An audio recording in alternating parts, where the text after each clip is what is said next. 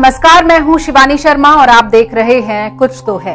उत्तर प्रदेश का एक छोटा शहर सीतापुर का एक बेहद छोटा सा गांव पिसावा और उस गांव में महादेव के एक छोटे से मंदिर से जुड़ा है एक बहुत बड़ा दावा। कहते हैं वहां आज भी महाभारत काल का अश्वत्थामा आधी रात को आकर शिवलिंग की सबसे पहले पूजा करके जाता है।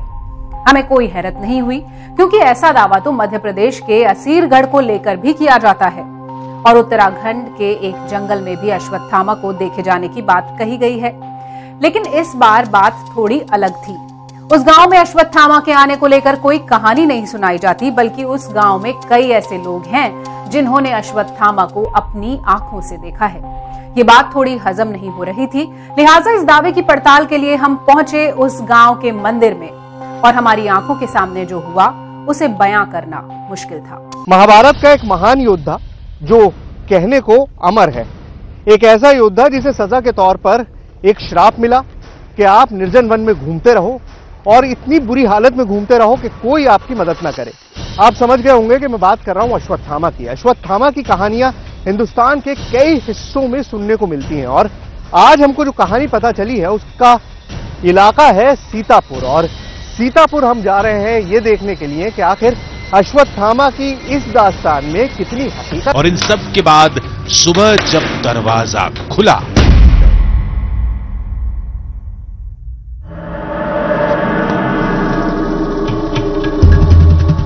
इससे आगे जानने के लिए आपको कहानी शुरू से देखनी होगी, यानी सीतापुर के सफर की शुरुआत से।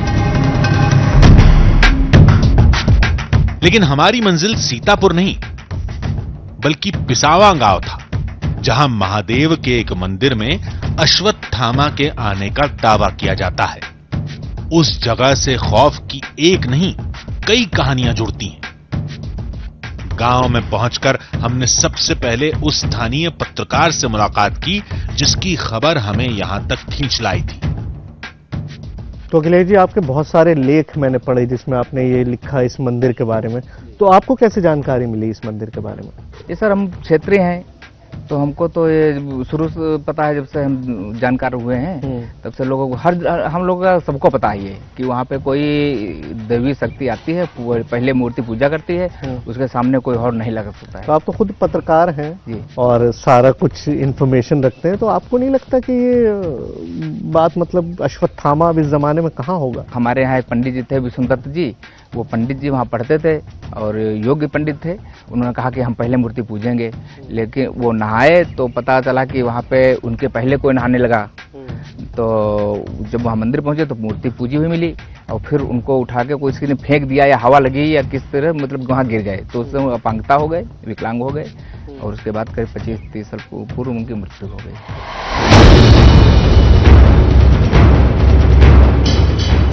इस बात को सुनने के बाद हम उस मंदिर की तरफ बढ़ चले और कुछ ही मिनट बाद हम महादेव के उस मंदिर में थे। शिवाय नमः, शिवाय नमः, शिवाय नमः, ओम नमः शिवाय। ये धाम उतना पुराना नहीं था जितना पुराना दावा इससे जुड़ा है। मंदिर के आगे गोमती नदी बहती है और पीछे जंगल है जो बहुत घना तो नहीं है, लेकिन रात में यहां से जंगली जानवरों की आवाज जरूर सुनाई देती है। ये मंदिर यहां कब से है, किसने बनाया, किसी को कुछ नहीं पता। सब यही कहते हैं कि यहां जो कुछ भी है सब अश्वत्थामा का है। यहाँ मतलब हमारे यहाँ कहते हैं, पूर्वज लोग बता रहे हैं, कह रहे हैं कि इसकी स्थापना अश्वत्थामा ने की थी। आज भी इसकी पूजा अर्चना जो भी करते हैं वो अश्वत्थामा ही आके अपनी पूजा करते हैं। आज तक किसी ने ये नहीं देखा है कि कब किया है, कहाँ किसने की है, किस समय की है, ये आज तक किसी ने नहीं देखा है। मंदिर का इलाका सुनसान था, पूजा करने वाले भी गिने चुने थे, लेकिन जितने भी थे सबकी ज़बान पर 5000 साल पुराने महाभारत के उस किरदार का ही नाम था। आप शाम को मंदिर साफ कर दीजिए, साफ करके उसको बंद कर दीजिए, और अगर आप कह दें कि मैं सुबह पूजा करूंगा तो आपको उस पर फूल पत्ती चढ़े हुए मिलेंगे।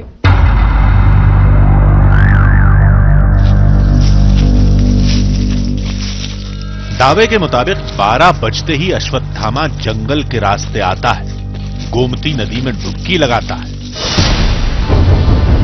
फिर मंदिर में शिवलिंग की सबसे पहले पूजा करके अचानक कहीं गायब हो जाता है। कहते हैं ये चमत्कार इस धाम में सदियों से हो रहा है, लेकिन आज तक किसी ने नहीं देखा। फिर हमने कहा कि जब देखा ही नहीं तो ये कैसे पता कि वो अश्वत्थामा ही है। ऐसा तो नहीं है कि कोई गांव वाला आ जाता हो, उधर मछुआरे हैं वो आ जाते हो नहीं रात नहीं में नहीं नहीं और लगता हो कि अश्वत्थामा आ रहा है? नहीं नहीं, ये सब नहीं है। आते हैं, वो हैं, अमर है ना, अश्वत्थामा तो अमर है, आज भी अमर है, लेकिन वो पूजन करने यहाँ आते हैं, जरूर आते हैं। हाँ, ये तपोभूमि है, प्राचीन है।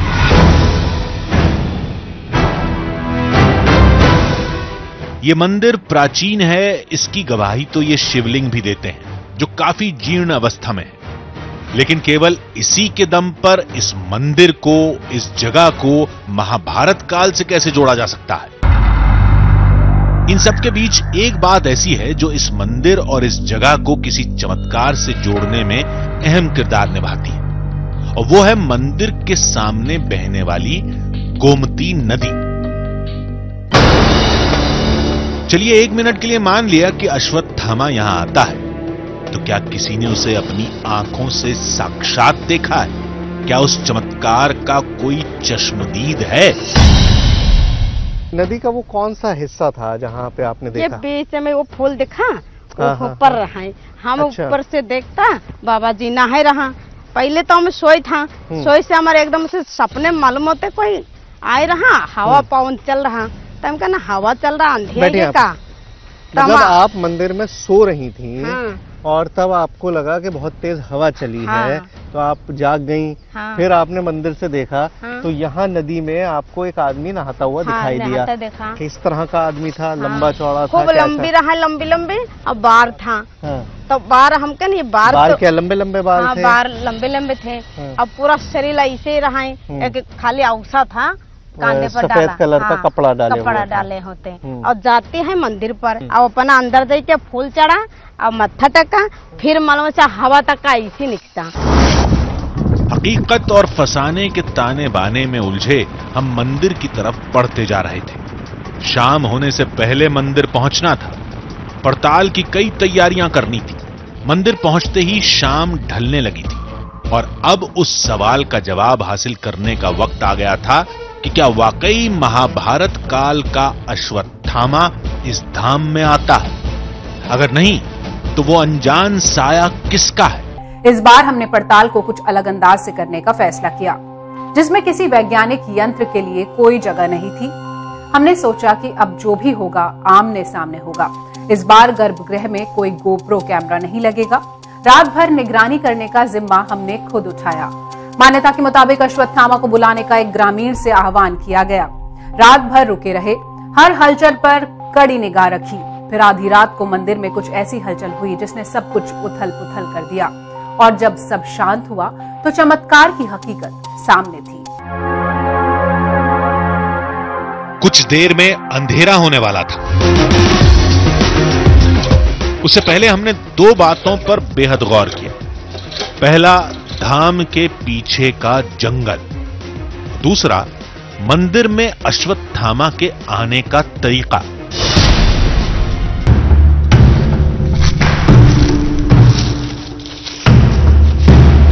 गांव वालों के मुताबिक अश्वत्थामा कभी कभी जंगल की तरफ से भी आता है। मान्यता के मुताबिक अब हमें एक ऐसे शख्स की जरूरत थी जो अश्वत्थामा को चुनौती देते हुए उससे पहले पूजा करने की होड़ लगाए, यानी गांव वालों की भाषा में अश्वत्थामा का आह्वान करे।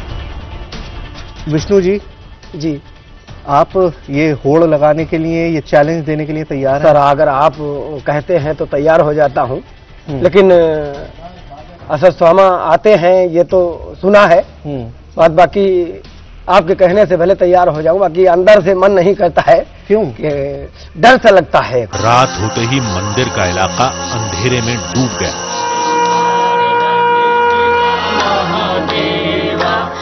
कुछ देर बाद धाम में शयन आरती होने लगी।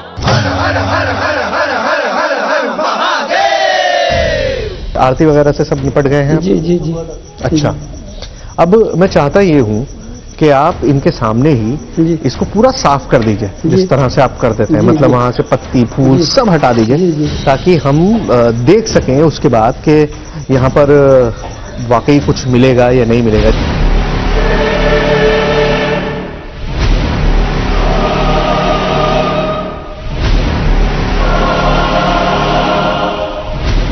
गर्भगृह को पूरी तरह से साफ करने के बाद दरवाजा बाहर से बंद कर दिया गया। अब सवाल एक ही था, क्या इस शिवलिंग पर सुबह पूजा हुई मिलेगी?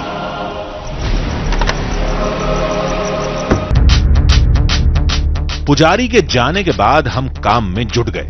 विष्णु जंगल वाले रास्ते की निगरानी करने बैठ गए और हमने नदी वाले रास्ते पर मोर्चा संभाल लिया। तीसरा शख्स कोई नहीं था,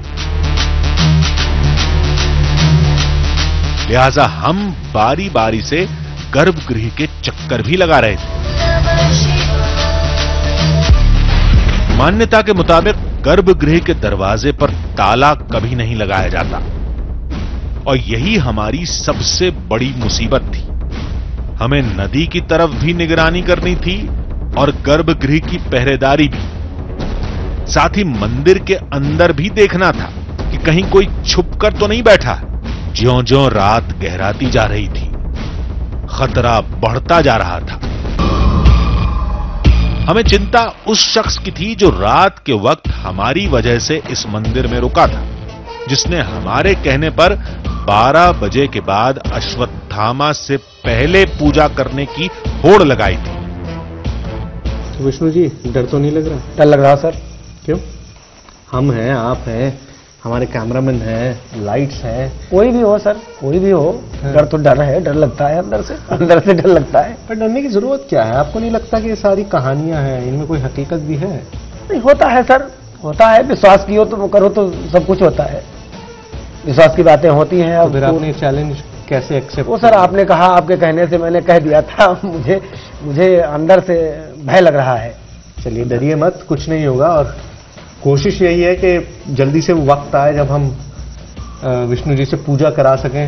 आप तैयारी तो आपने कर ही ली है, थाला आपका पूरा तैयार है, बस 12 बजने हैं। 12 बजने के 10 मिनट बाद हम लोग जाके अंदर पूजा कर देंगे और होपफुली हम ही सबसे पहले होंगे जी। तो डर जाहिर है, इट्स अ ह्यूमन इमोशन। एक इंसान के अंदर भय होता ही है, और खासतौर से जब आप ऐसी जगह हो जहां पर इतनी सारी मिस्ट्री हो, इतनी सारी बातें हो, ऐसे में डर होना स्वाभाविक है। लेकिन फिर भी विष्णु जी हमारे साथ हैं, तो बैठिए सर आप यहाँ पे, मैं इतने मंदिर का चक्कर लगाकर आता हूं।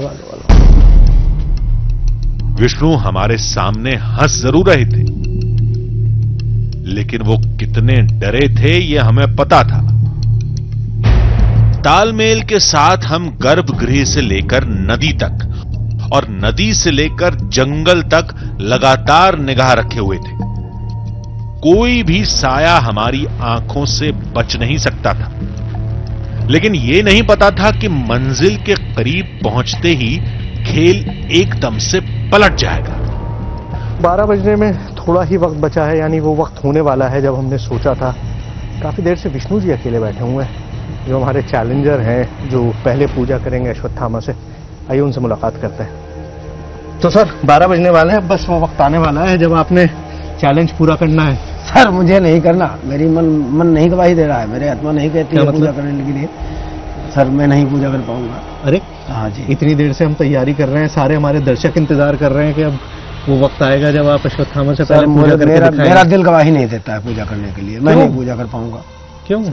मैं नहीं पूजा कर पाऊंगा। तो विष्णु जी इस वक्त क्यों मना कर रहे हैं? मतलब हमको सब तैयारी है, 12 बजने वाले हैं, अब तो कोई वक्त ही नहीं है। सर मेरा दिल गवाही नहीं दे रहा है। जी, मेरा मन नहीं कहता है पूजा करने के लिए, क्योंकि सुना है पूर्वजों से मैंने, तो सुन के तो हिम्मत नहीं पड़ रही मेरी। आप कहते थे, कह दिया था मैंने, मेरा दिल नहीं गवाही देता है पूजा करने के लिए। मान्यता के मुताबिक गर्भगृह के दरवाजे पर ताला कभी नहीं लगाया जाता, और यही हमारी सबसे बड़ी मुसीबत थी। हमें नदी की तरफ भी निगरानी करनी थी, गर्भगृह की पहरेदारी भी, साथ ही मंदिर के अंदर भी देखना था कि कहीं कोई छुप कर तो नहीं बैठा है। अब हमें अकेले ही निगरानी करनी थी, क्योंकि शिवलिंग की पूजा करने वाला शख्स जो भी हो, वो लाइट्स देखकर बाहर से ही लौट सकता था। लिहाजा अब हम हर पल चौकन्ना थे। तभी एक रोशनी ने हमें चौंका कर रख दिया। अरे गाड़ी आ रही है, कोई किसकी गाड़ी है? कोई गाड़ी आ रही, ये तो पुलिस की गाड़ी लग रही है।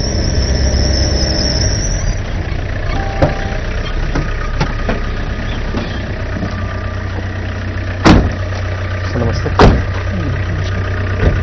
कैसे? सर सोहेल नाम है, दिल्ली से न्यूज़ 18 से हम लोग यहाँ शूटिंग कर रहे हैं। जी जी जी। फिर उस पुलिस अधिकारी ने खतरे से आगाह करते हुए मंदिर छोड़ने की सलाह दे डाली। तो आपका हो गया होगा कार्यक्रम, तो आप यहाँ से जो है करके अपना निकल लीजिए। हाँ बस सर थोड़ा सा, यहाँ बहुत अच्छी जगह नहीं, यहाँ पे पड़ोस में नदी है, उधर ये आपका हरदोई जनपद पड़ता है, पूरा जंगल इलाका है, यहाँ पे जंगली जानवर भी घूमते रहते हैं। बस सर थोड़ा सा बचा हुआ, उसके बाद हम करके निकल जाएंगे। धन्यवाद आपका सर। रात गहराती जा रही थी, वक्त करीब आता जा रहा था, 12 बजने वाले थे और गांव वालों की माने तो इसी समय से मंदिर में हलचल शुरू हो जाती है। लिहाजा हम पूरी तरह चौकन्ने थे।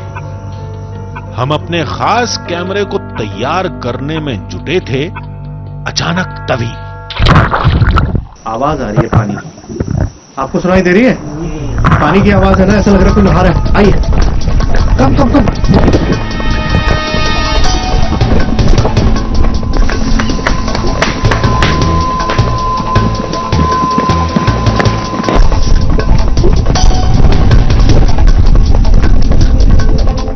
जब नदी किनारे पहुंचे तो पानी बिल्कुल शांत था। फिर हमारी निगाह घड़ी पर पड़ी। ओह शिट, 12 बज चुके। आइए जल्दी आइए। आप भी यहीं खड़े हैं, वक्त तो देखिए 12 बजे का हमारे पास टाइम था और बिल्कुल अंदाजा नहीं रहा। पानी के पास जाके बैठ गए। मंदिर में क्या हुआ होगा कोई भी नहीं है, कुछ नहीं पता। चलिए।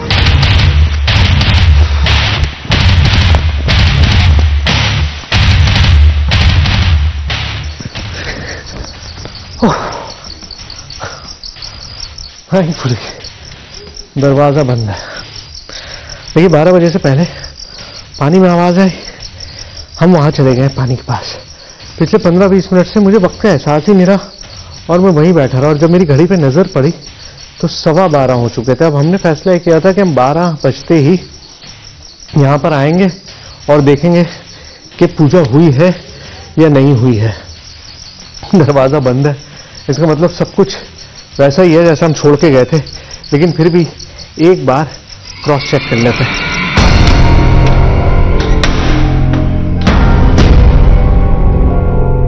और अंदर शिवलिंग बिल्कुल साफ था, पूजा के कोई निशान नहीं थे। दावा तो था कि अश्वत्थामा रोज रात में यहां आता है और 12 बजे के बाद सबसे पहले पूजा करता है। हम रात भर मंदिर में रुके, मान्यताओं का पूरा ख्याल रखा था। रात में कोई अनजाना साया भी नहीं दिखा, यहां तक शिवलिंग पर पूजा के निशान भी नहीं मिले। अब इसका क्या मतलब निकाला जाए? ये एक group think social psychological process है, जिसको ग्रुप थिंकिंग भी बोलते हैं। और ग्रुप थिंक में हमेशा रैशनैलिटी का स्पेस कम होता है और लोग एक कन्फर्मिटी के सुपर ऑर्डिनेट गोल मुझे मिलेगा ईश्वर से प्राप्ति का, या ईश्वर से जुड़ी हुई कुछ कहानियां उसमें जुड़ी होती हैं, तो उनको लगता है नहीं, इस पर सवाल उठाना उचित नहीं है और उस पर आंख मूंद कर वो भरोसा करते हैं और उसी बिलीफ सिस्टम का वो एक हिस्सा बन जाता है, जिसको कि वास्तविकता से लेना देना हो भी सकता है कई परिस्थितियों में, कई परिस्थितियों में नहीं भी होना सकता है। इस धाम में महाभारत काल के योद्धा अश्वत्थामा के आने से जुड़े दावे की हमने जो पड़ताल की, उससे तो यही लगा कि ये धाम और धाम से जुड़ी आस्था एक हकीकत है। लेकिन यहाँ अश्वत्थामा का रात में आना, पूजा करना महज एक फसाना है। कुछ तो है में आज बस इतना ही। आपसे फिर मुलाकात होगी ऐसी ही एक और रोमांच से भरी कहानी के साथ। तब तक के लिए दीजिए पूरी टीम को इजाजत। नमस्कार।